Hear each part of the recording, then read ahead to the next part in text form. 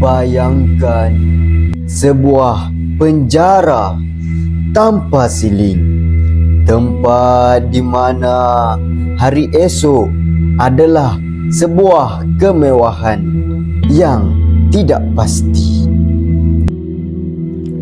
78 tahun 1917 1948 1967 2023 sehingga hari ini 2026. Berapa banyak lagi tarian yang perlu kita hafal untuk memahami sebuah penderitaan?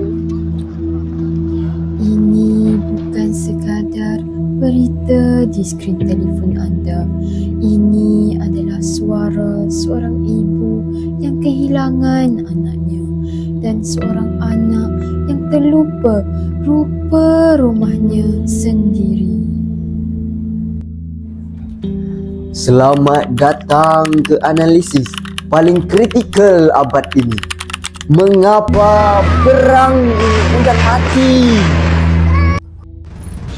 Pada tahun 1917 merupakan titik tolak penting yang mengubah landscape politik Palestin, membawa kepada peningkatan imigresen Yahudi dan konflik jangka panjang di wilayah tersebut. Semuanya bermula dengan sehelai kertas. Deklarasi Balfour 1917, British menjanjikan tanah yang bukan milik mereka kepada pihak yang tidak mendiaminya. Di sinilah benih konflik disemai. Dalam kajian Khalidi 2020.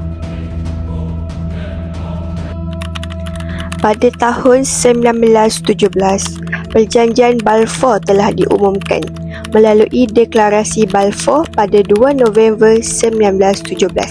Setiausaha luar British iaitu Arthur Balfour menyatakan sokongan kerajaan British terhadap penubuhan rumah kebangsaan bangsa Yahudi di Palestin. Dalam masa yang sama, British melancarkan kempen Sinai dan Palestin semasa Perang Dunia Pertama. Percubaan menawan Gaza melalui pertempuran pertama dan kedua Gaza pada Mac dan April 1917 gagal akibat tentangan kuat Empayar Ottomania. Namun, British berjaya dalam pertempuran ketiga Gaza dan Beersheba pada Oktober hingga November 1917. Kejayaan ini membawa kepada kejatuhan Baitul Maqdis pada 11 Disember 1917 dan menandakan bermulanya pentadbiran tentera British di Palestin. Zionisme mahukan negara, Palestin mahukan kedaulatan. Apabila PBB cuba membahagikan tanah ini pada 1948, mereka terlupa satu perkara. Manusia bukan sekadar angka di atas peta. Peristiwa 1948 di Palestin yang dikenali sebagai Nakbah malapetaka merujuk kepada pengisytiharan kemerdekaan Israel pada 14 Mei 1948, pengusiran paksa yang lebih 700,000 rakyat Palestin daripada tanah air mereka dan pemusnahan lebih 500 kampung oleh militer Zionis. Ini mencetuskan Perang Arab-Israel yang mengakibatkan kehilangan wilayah Palestin dan penderitaan pelarian yang berterusan. Peristiwa ini mengakibatkan 78% daripada Palestin bermandat jatuh ke tangan Israel, dengan sakit bagi wilayah dikuasai Jordan di tebing barat dan Mesir di Gaza. Hari Nakbah dan akan diperingati setiap 15 Mei sebagai simbol kehilangan tanah air dan hak yang dinafikan bagi rakyat Palestin. Peristiwa Nakbah 1948. Peristiwa ini berlaku pada 14 hingga 15 Mei 1948, iaitu penubuhan negara haram Israel diisytiharkan berikutan berakhirnya mandat British yang disusuli serangan tentera Arab. Pengusiran besar-besaran sekitar 700,000 hingga 800,000 rakyat Palestin diusir atau melarikan diri dari rumah mereka menjadi pelarian di tebing barat Gaza dan negara jiran. Pembersihan etnik militan Zionis memusnahkan lebih 500 kampung dan bandar Palestin, memadamkan geografi penduduk asal. Pembunuhan beramai-ramai Deir Yassin pada April 1948, kumpulan Zionis membunuh ratusan orang awam, termasuk wanita dan kanak-kanak, yang mempercepatkan penghijrahan rakyat Palestin.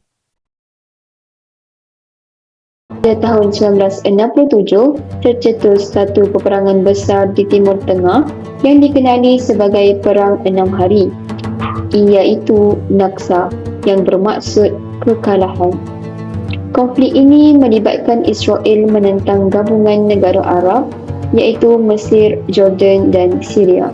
Israel memulakan serangan udara awal yang berjaya memusnahkan sebahagian besar angkatan udara Mesir dalam masa yang singkat, sekaligus memberi kelebihan ketenteraan kepada pihaknya. Dalam tempoh 6 hari, pertempuran berakhir dengan kemenangan Israel. Israel kemudian menawan beberapa wilayah penting termasuk Semenanjung Gaza, Tebing Barat, Baitul Maqdis Timur dan Bukit Golan. Bagi rakyat Palestin, peristiwa ini merupakan kekalahan besar kedua selepas peristiwa Nakbah 1948. Ramai penduduk terpaksa meninggalkan kediaman mereka dan berlaku gelombang pelarian baharu dari Gaza dan Tebing Barat. Selepas perang, penempatan Israel mula dibangunkan di wilayah yang ditawan dan ketegangan berterusan sehingga hari ini.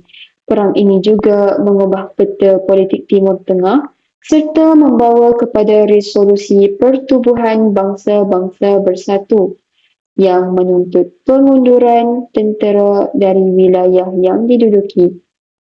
Peristiwa Naksa 1967 akan kekal sebagai titik penting dalam sejarah Palestin kerana bermulanya era pendudukan yang berpanjangan. Pada 7 Oktober 2023, dunia dikejutkan dengan satu serangan besar yang menandakan permulaan konflik bersenjata paling serius antara Palestin dan Israel dalam beberapa dekad.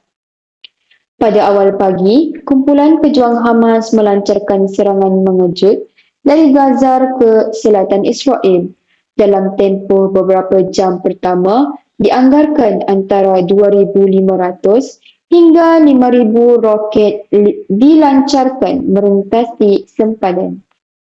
Serangan roket ini disusuli dengan pencerobohan bersenjata ke beberapa kawasan berhampiran Gaza. Serangan tersebut menyebabkan korban jiwa serta mencetuskan keadaan panik dalam kalangan penduduk awam. Beberapa kawasan penempatan dan lokasi awam juga menjadi tumpuan serangan. Sebagai tindak balas, Israel mengisytiharkan keadaan perang dan melancarkan operasi ketenteraan berskala besar ke atas Gaza. Serangan udara dilakukan ke atas pelbagai sasaran di wilayah tersebut. Konflik kemudian berkembang dengan pantas dalam tempoh beberapa jam. Konflik kemudian berkembang dengan pantas dalam tempoh beberapa hari seterusnya, menandakan bermulanya episod baharu dalam sejarah konflik Palestin-Israel. Sehingga Februari 2026, situasi di Palestin kekal kritikal. Lebih 9,300 rakyat Palestin ditahan di penjara Israel, termasuk wanita dan kanak-kanak, manakala ribuan lagi berada dalam tahanan pentadbiran. Penduduk Gaza memulakan tahun 2026 dengan harapan keamanan, namun keganasan dan pengusiran masih berterusan. Ketika Februari 2026 menyaksikan fasa baharu peperangan moden, senjata termobarik atau dikenali sebagai bom vacuum tidak hanya memusnahkan dengan letupan, tetapi memanipulasi udara dengan menyerap oksigen dan menghasilkan haba yang melampau.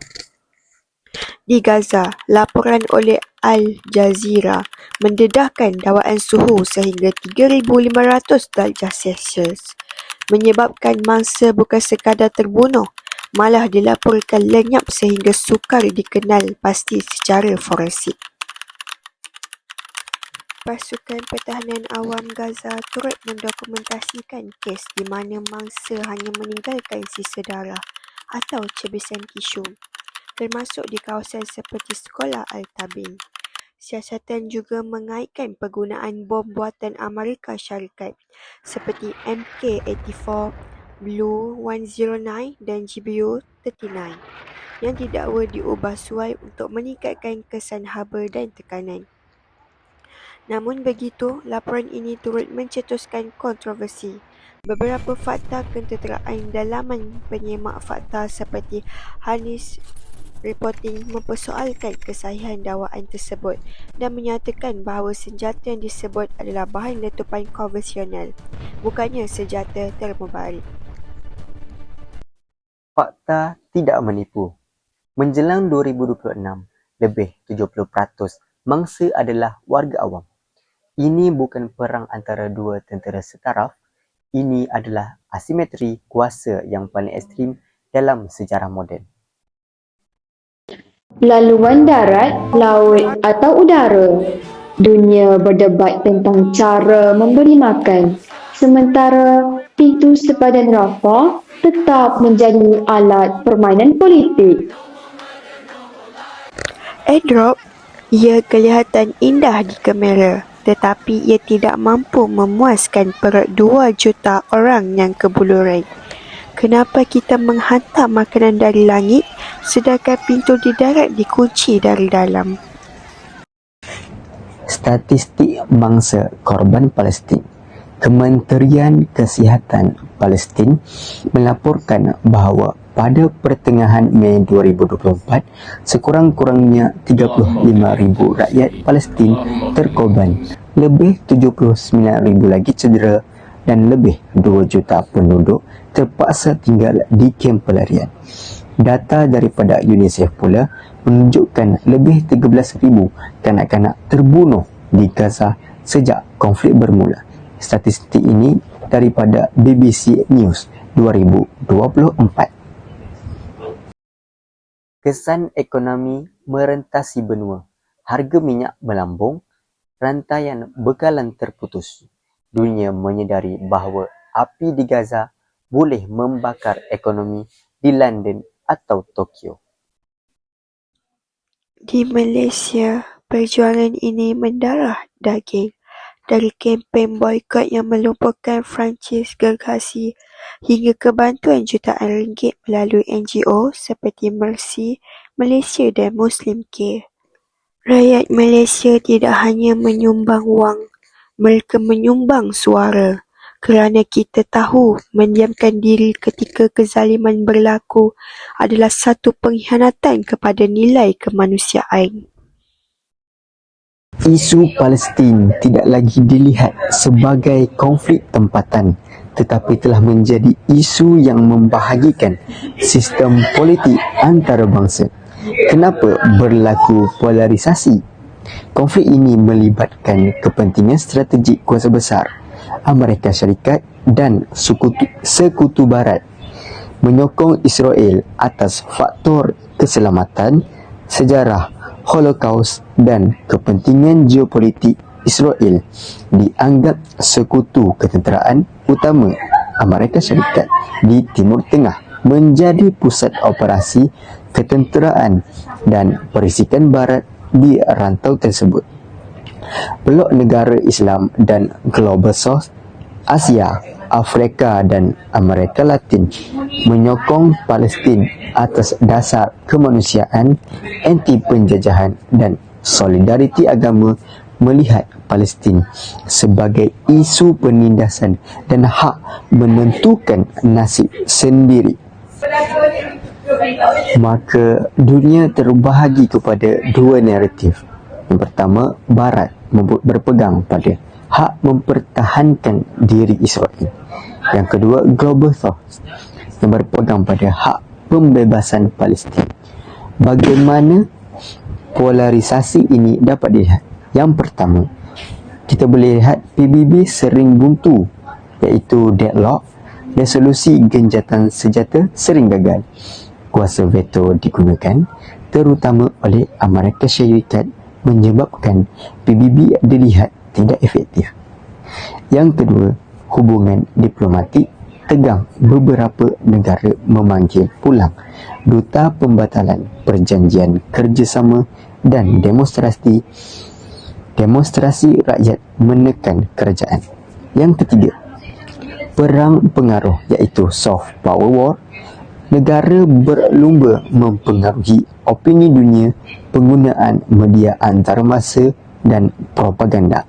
Kesan kepada dunia melemahkan sistem undang-undang antarabangsa serta menurunkan kepercayaan terhadap institusi global, meningkatkan risiko perang serantau melibatkan kuasa besar.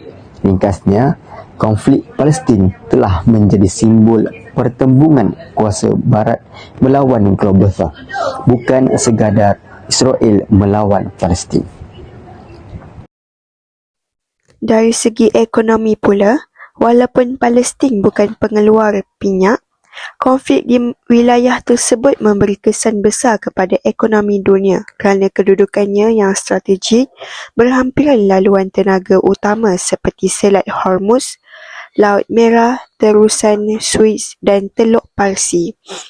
Apabila konflik meningkat, risiko terhadap kapal tanker bertambah, kos insurans naik dan kapal terpaksa menggunakan laluan lebih jauh.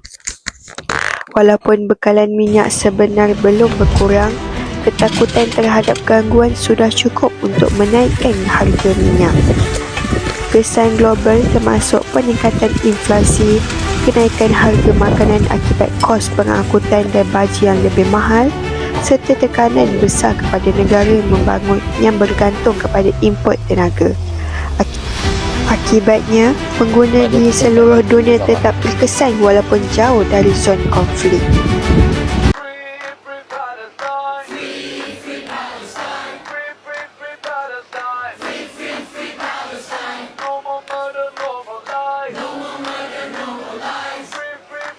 Salah satu kesan paling ketara daripada konflik ini ialah mobilisasi masyarakat dunia secara besar-besaran. Perbezaan dengan peperangan terdahulu, konflik Palestin dianggap sebagai peperangan pertama yang disaksikan secara langsung oleh masyarakat global melalui media sosial. Platform seperti TikTok, Instagram dan Telegram memaparkan rakaman pengeboman, keadaan hospital serta situasi mangsa awam. Pendedahan berterusan ini meningkatkan rasa empati dan solidariti dalam kalangan masyarakat antarabangsa. Solidariti ini dapat dilihat melalui demonstrasi besar-besaran yang berlaku di bandar-bandar utama seperti London, New York, Jakarta, Kuala Lumpur dan Seoul. Selain itu, pelbagai pertubuhan bukan kerajaan menggerakkan bantuan kemanusiaan termasuk pengumpulan dana, ubat-ubatan dan bekalan makanan. Di samping itu, muncul juga kempen boikot pengguna sebagai tanda pendirian politik, yang mana masyarakat menggunakan kuasa pembelian mereka untuk menyuarakan sokongan atau bantahan. Dari sudut sosio-budaya, konflik ini telah meningkatkan kesedaran global terhadap isu hak asasi manusia. Generasi muda menjadi lebih aktif dalam politik antarabangsa dan identiti kemanusiaan dilihat semakin mengatasi sempadan negara. Implikasi Malaysia terbahagi kepada 3 iaitu politik, ekonomi dan sosio-budaya. Implikasi Malaysia dari aspek politik. Pendirian ini disuarakan melalui forum seperti Pertubuhan Bangsa-Bangsa Bersatu PBB dan Pertubuhan Kerjasama OIC. Malaysia menzahirkan pendirian rasminya terhadap sesuatu isu antarabangsa melalui platform diplomatik seperti PBB dan OIC bagi memastikan suara negara didengar di peringkat global.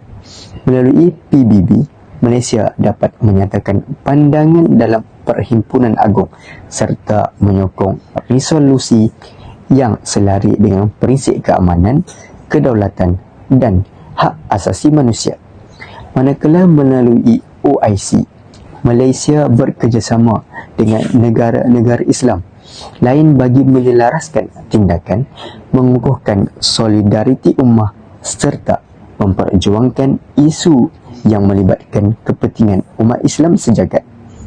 Pendekatan ini mencerminkan komitmen Malaysia terhadap dasar luar yang berprinsip sederhana dan berlandaskan undang-undang antarabangsa.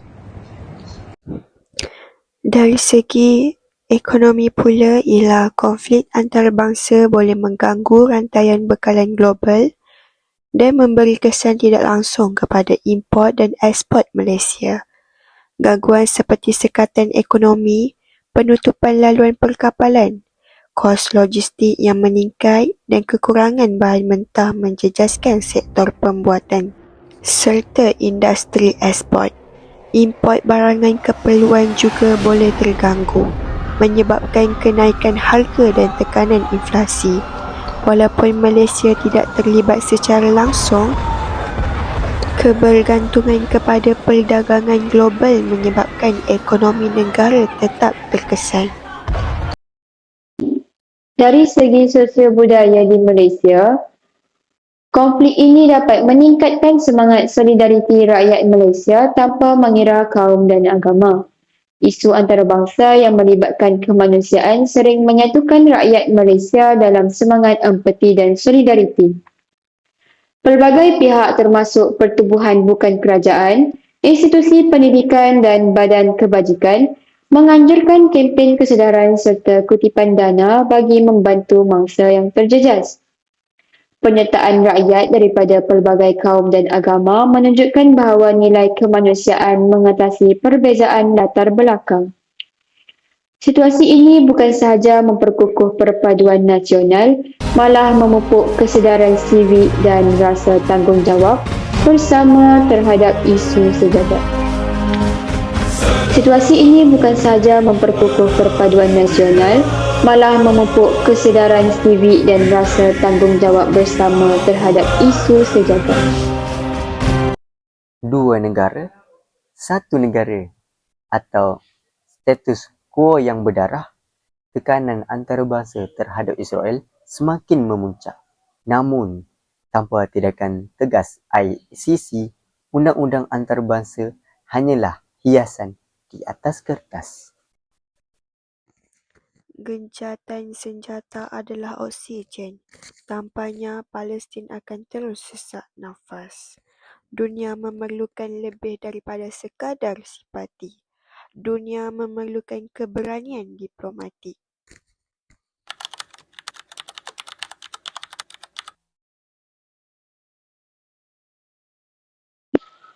Hamas mengambil beberapa langkah kecederaan melalui sayapnya, Brigade Al-Qassam. Organisasi ini menyusun semula struktur komando agar lebih teratur serta merancang operasi secara berlapis dan tersusun. Mereka turut meningkatkan keupayaan milisi dengan merekrut dan melatih anggota serta membangunkan pelbagai jenis persenjataan sepanjang tempoh konflik.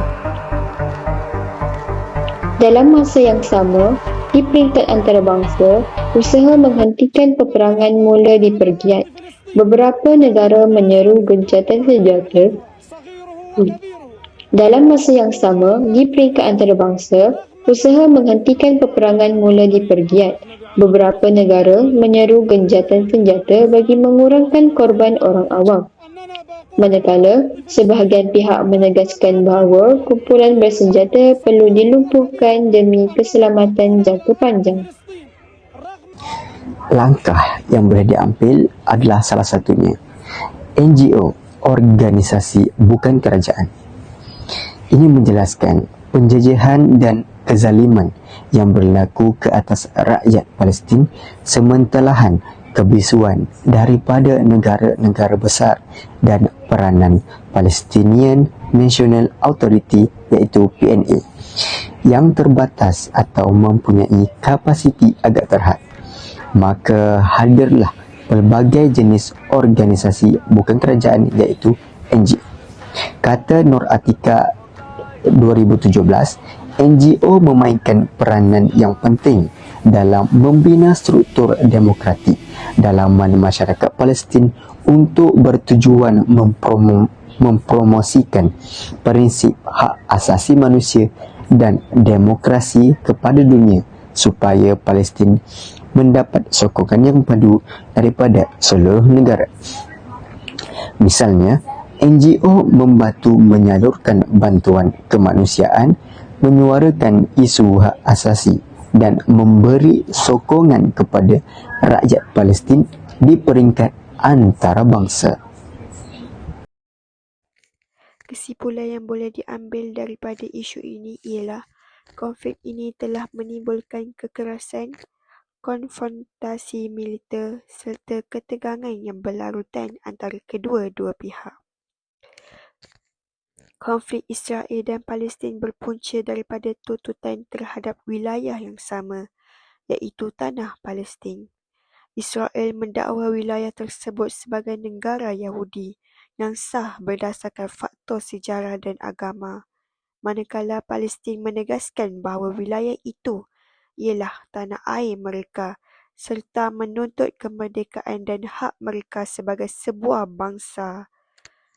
Daripada kajian Sobur 2017.